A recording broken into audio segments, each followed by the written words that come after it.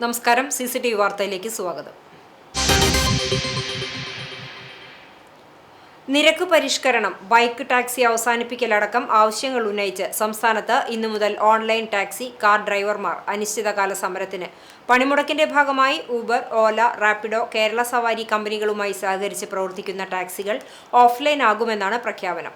ന്യായമായ നിരക്ക് പരിഷ്കരണം, ബൈക്ക് ടാക്സി അവസാനിപ്പിക്കൽ തുടങ്ങി 11 ആവശ്യങ്ങൾ ഉന്നയിച്ചാണ് സമരം. മുമ്പ് പ്രതിഷേധിച്ചപ്പോൾ പരിഹാരമെന്ന നിലയിൽ വർദ്ധിപ്പിച്ച തുക കമ്പനികൾ പിൻവലിച്ചതോടെയാണ് സമരത്തിനിറങ്ങിയത്. രേഖാമൂലം ഉറപ്പുവേണമെന്നാണ് പ്രതിഷേധിക്കുന്നവരുടെ ആവശ്യം. രാവിലെ കാറുകൾ കൂട്ടത്തോടെ പ്ലാറ്റ്ഫോമുകളിൽ നിന്നും ഓഫ്ലൈൻ ആക്കിയാണ് പ്രതിഷേധിക്കുക. ഇതോടെ ഓൺലൈൻ ക്യാബുകളെ ആശ്രയിക്കുന്ന നിരവധി പേർ പ്രതിസന്ധിയിലാകും. പാവപ്പെട്ട ഒരു മനുഷ്യന് വീട് നിർമ്മിച്ചു കൊടുക്കുന്നത് ദേവാലയം നിർമ്മിക്കുന്നതിന് തുല്യമാണെന്ന് പരിശുദ്ധ ബസേലിയോസ് മാർത്തോമ മാത്യൂസ് തൃതീയൻ കാതോലിക്ക ബാവ പറഞ്ഞു. ഓർത്തഡോക്സ് കുന്നംകുളം ഭദ്രാസനത്തിന്റെ നേതൃത്വത്തിൽ നിർമ്മിച്ച 8 വീടുകളുടെ താക്കോൽ സമർപ്പണ സമ്മേളനം ഉദ്ഘാടനം ചെയ്യുകയായിരുന്നു അദ്ദേഹം. വീടുകളുടെ താക്കോൽ വിതരണം മന്ത്രി CP ജോൺ നിർവഹിച്ചു. ഡോക്ടർ ഗീവർഗീസ് അധ്യക്ഷത വഹിച്ചു. പരിശുദ്ധ പൗലോസ് ദിദിയൻ ബാവ സാന്ത്വനസ്പർശം award kidney federation chairman father Davis ചിറമലിന് സമ്മാനിച്ചു.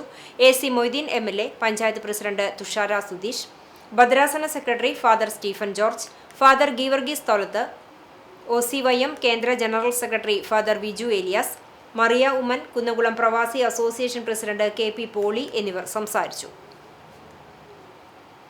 പള്ളി പൊളിച്ചു പണിയല്ല ആവശ്യം, പുതിയ പള്ളി ഉണ്ടാക്കി കൊടുക്കണം. ആ പള്ളി നമ്മുടെ പാവപ്പെട്ട ജനങ്ങളാണ്. ഏത് മനുഷ്യനുമാകട്ടെ, അത് ഹിന്ദുവോ മുസൽമാനോ ക്രിസ്ത്യാനിയോ ആരുമാകട്ടെ, എല്ലാവരും ദൈവത്തിൻ്റെ മക്കളാണ്. നമ്മളെല്ലാവരും ഒരേ ദൈവത്തിൽ വിശ്വസിക്കുന്നവർ.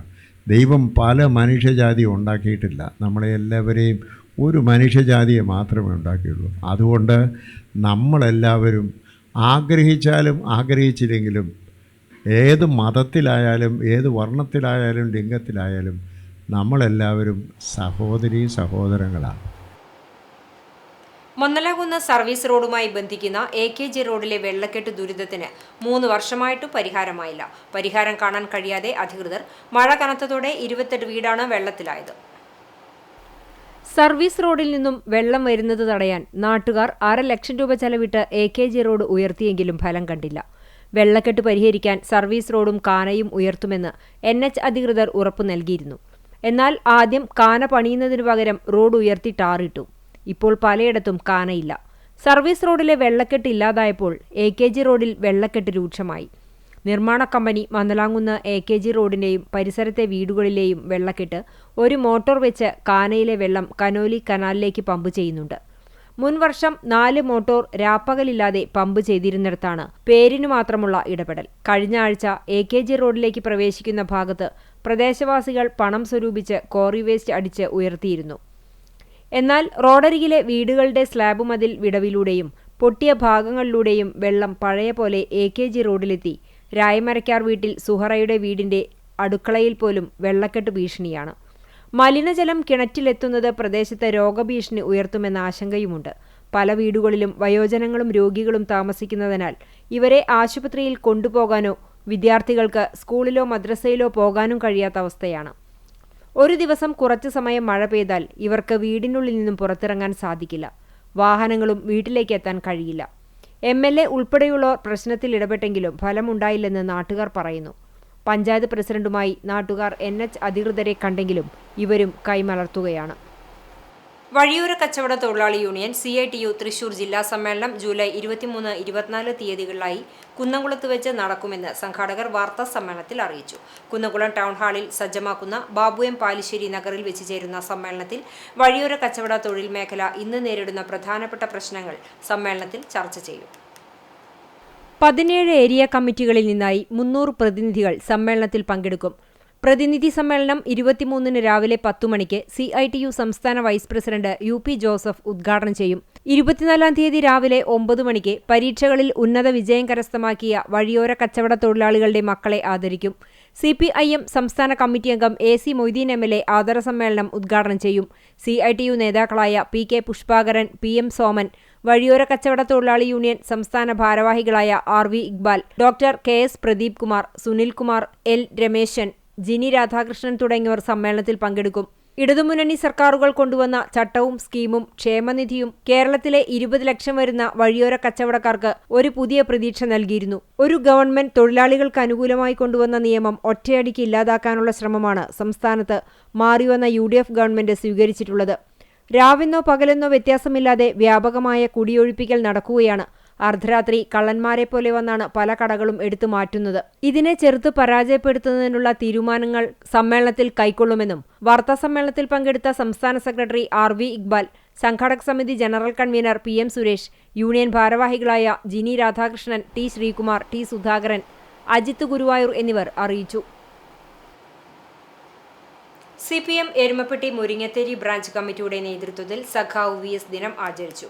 ഏരിയ കമ്മിറ്റി അംഗം KM അഷ്റഫ് പതാക ഉയർത്തി അനുസ്മരണ പ്രഭാഷണം നടത്തി. MC വേലായുധൻ അധ്യക്ഷനായി. ലോക്കൽ കമ്മിറ്റി അംഗങ്ങളായ OS മനോജ്, സ്വപ്ന പ്രദീപ്, NP അജയൻ, KM സെയ്ദ് മുഹമ്മദ് എന്നിവർ സംസാരിച്ചു. TK അരുൺ, രാമൻ വേലായുധൻ, ജോസ്, താരുവൻ ശങ്കർ എന്നിവർ പങ്കെടുത്തു. ഇന്ത്യൻ നാഷണൽ കോൺഗ്രസ് ചൂണ്ടൽ മണ്ഡലം കമ്മിറ്റിക്ക് കീഴിലുള്ള 11, 12 വാർഡ് കമ്മിറ്റികളുടെ നേതൃത്വത്തിൽ SSLC+2 പരീക്ഷ വിജയികളായ വിദ്യാർത്ഥികളെ ആദരിച്ചു. ആദരവ് 2026 എന്ന പേരിൽ സംഘടിപ്പിച്ച ചടങ്ങ് AICC അംഗം അനിൽ അക്കര ഉദ്ഘാടനം ചെയ്തു. കോൺഗ്രസ് മണ്ഡലം കമ്മിറ്റി പ്രസിഡന്റ് ധനേഷ് ചുള്ളിക്കാട്ടിൽ അധ്യക്ഷനായി. KPCC സെക്രട്ടറി CC ശ്രീകുമാർ മുഖ്യാതിഥിയായി. 11ാം വാർഡ് കമ്മിറ്റി പ്രസിഡന്റ് താലിഫ്, 12ാം ward committee president PM Arun എന്നിവർ സംസാരിച്ചു. പെരുവന്മല, മഴുവഞ്ചേരി എന്നീ വാർഡുകളിൽ നിന്നുള്ള കോൺഗ്രസ് പ്രവർത്തകരും അനുഭാവികളും കുടുംബാംഗങ്ങളും ചടങ്ങിൽ പങ്കെടുത്തു. ദേശീയപാത 66 മണത്തല ജുമാഅത്ത് പള്ളിക്ക് മുൻവശം വെള്ളക്കെട്ട് രൂക്ഷമായി. ചെറിയ മഴയിൽ പോലും റോഡ് പൂർണ്ണമായും തോടിന് സമാനമായ അവസ്ഥയിലാണ്. മഴ ശക്തി പ്രാപിച്ചതോടെ റോഡിൽ വെള്ളമുയർന്നു. ഇതോടെ കാൽനടയാത്ര പോലും ദുസ്സഹമായി. ദേശീയപാതയോരത്ത് നടന്നിരുന്ന കാന നിർമ്മാണം ഈ ഭാഗത്ത് അധികൃതർ പകുതി വഴിയിൽ നിർത്തിവെച്ചതാണ് വെള്ളക്കെട്ട് രൂപപ്പെടാൻ പ്രധാന കാരണമെന്ന് നാട്ടുകാർ ആരോപിക്കുന്നു. ദിനംപ്രതി 100 കണക്കിന് വാഹനങ്ങളും പ്രദേശവാസികളും യാത്ര ചെയ്യുന്ന പ്രധാന പാതയിലെ ദുരിതത്തിന് ദേശീയപാത അധികൃതർ അടിയന്തരമായി ഇടപെട്ട് ശാശ്വതമായ പരിഹാരം കാണണമെന്ന് നാട്ടുകാരും ആവശ്യപ്പെട്ടു. ഗുരുവായൂർ നഗരസഭാ പരിധിയിൽ അനധികൃതമായും വൃത്തിഹീനവുമായ സാഹചര്യത്തിലും ഉൽപ്പാദിപ്പിക്കുന്ന വറവ് ഉൽപ്പന്നങ്ങളും പാനിപൂരി ഉൾപ്പെടെയുള്ള തെരുവ് ഭക്ഷണങ്ങളും നിരോധിക്കണമെന്ന് YMCA ആവശ്യപ്പെട്ടു.